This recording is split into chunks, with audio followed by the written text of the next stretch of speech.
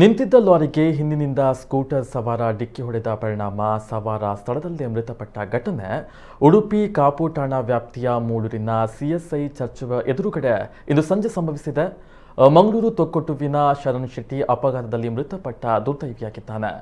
ಬೆಳಗಾವಿಯಿಂದ ಕೇರಳಕ್ಕೆ ಸಕ್ಕರೆ ಹೇರಿಕೊಂಡು ಸಾಗ್ತಾ ಇದ್ದ ಲಾರಿಯ ಚಾಲಕ ಪಕ್ಕದ ಮರದ ಅಡಿ ಗಾಡಿಯನ್ನ ನಿಲ್ಲಿಸಿ ವಿಶ್ರಾಂತಿಯನ್ನ ತೆಗೆದುಕೊಳ್ತಾ ಇದ್ದ.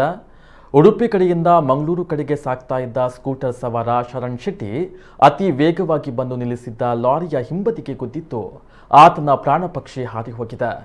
ಸ್ಕೂಟಿ ಲಾರಿಯ ತಳಭಾಗದಲ್ಲಿ ಸಿಲುಕಿಕೊಂಡಿತ್ತು. ಸ್ಥಳೀಯರು ಲಾರಿಯ ಅಡಿ ಸಿಲುಕಿಕೊಂಡಿದ್ದಂತಹ ಸ್ಕೂಟಿಯನ್ನ ಹೊರತೆಗೆದಿದ್ದಾರೆ. ಕಾಪು ಠಾಣೆಯಲ್ಲಿ ಪ್ರಕರಣ ದಾಖಲಾಗಿದ್ದು ತನಿಖೆ ಮುಂದುವರೆದಿದೆ.